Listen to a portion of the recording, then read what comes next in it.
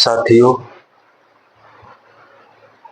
देश के सभी नागरिकों को हमारे तरफ से दीपावली पर्व की ढेरों सारी शुभकामनाएं एवं बधाई।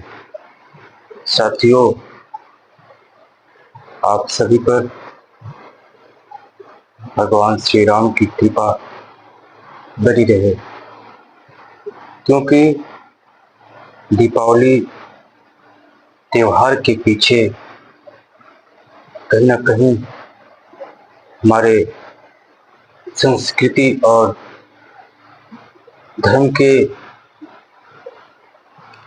अनुसार और परंपराओं के अनुरूप जो त्योहार युगों युगों से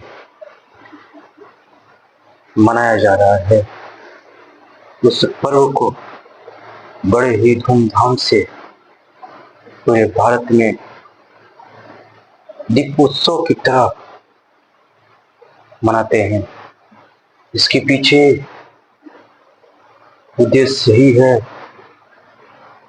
कि जो नकारात्मक ऊर्जा है आपके परिवार में, आपके समाज में, और जो परंपरा रूप से चली आ रही है, उस नकारात्मक ऊर्जा को दूर करने के लिए दीप उत्सव का त्योहार कहीं न कहीं एक अध्यात्म है और एक संस्कृति का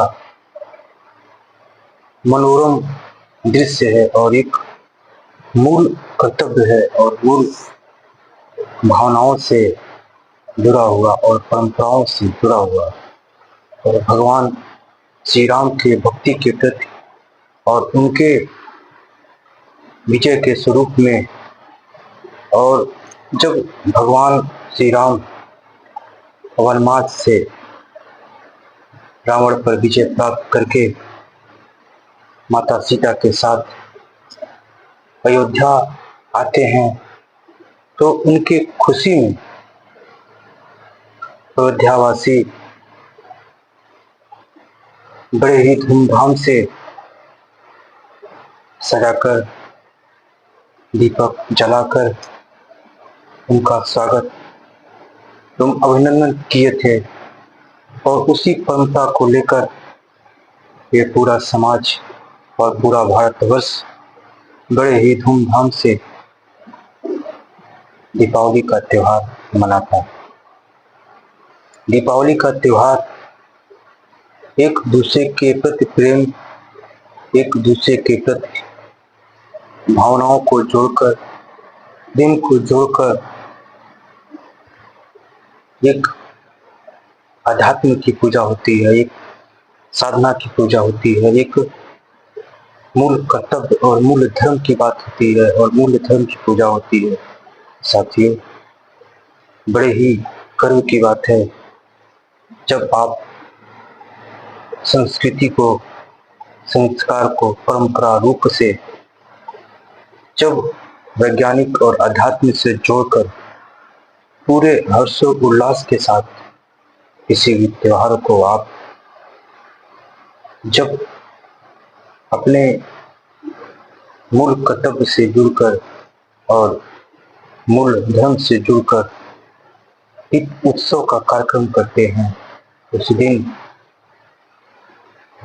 नाना प्रकार के आहार और नाना प्रकार के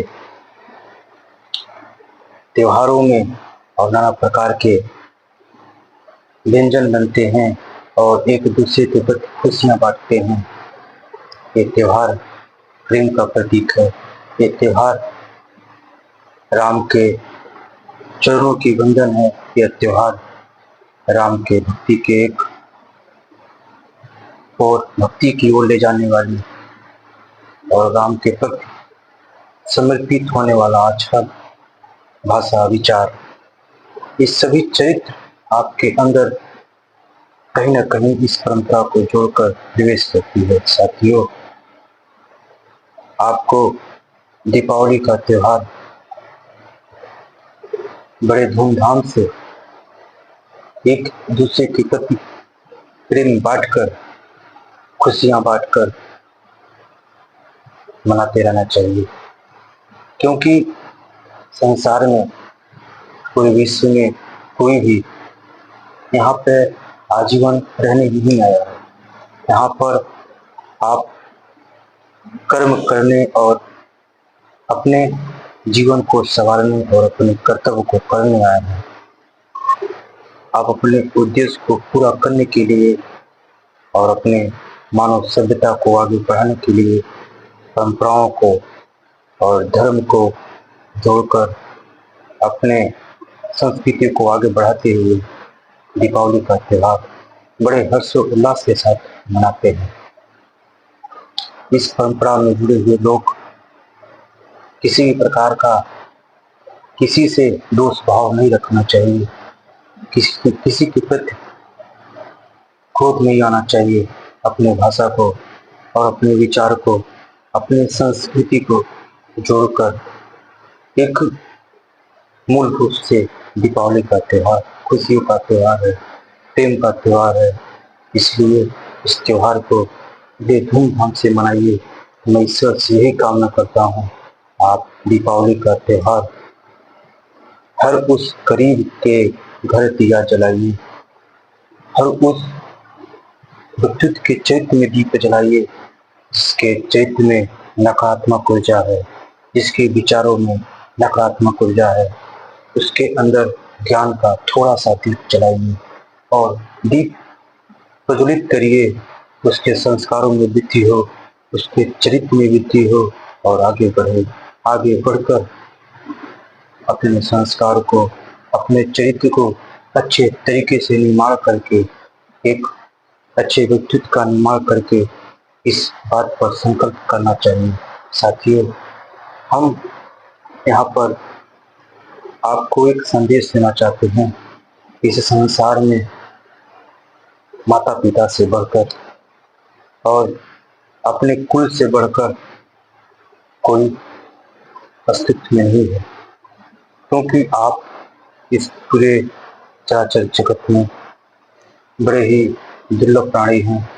इसलिए अपने मन को, अपने विचार को, अपनी भाषा को, अपने संस्कृति को आगे बढ़ाने के लिए तत्पर रहिए और परंपरा के रूप और माँ बाप के चरणों में अपना मन, तन और धन लगाकर आगे बढ़ते रहिए।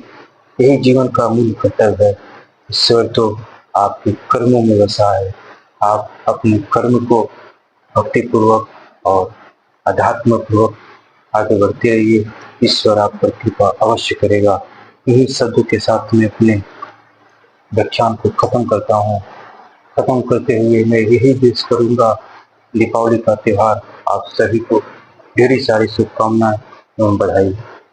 यह मेरा संदेश, मेरा यदि वक्तव्य अच्छा लगा हो तो अपना विचार और अपना भावनाओं को व्यक्त जरूर करिए।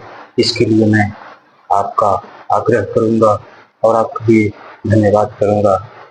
जय हिंद, जय भारत, जय श्री राम, जय श्री राम।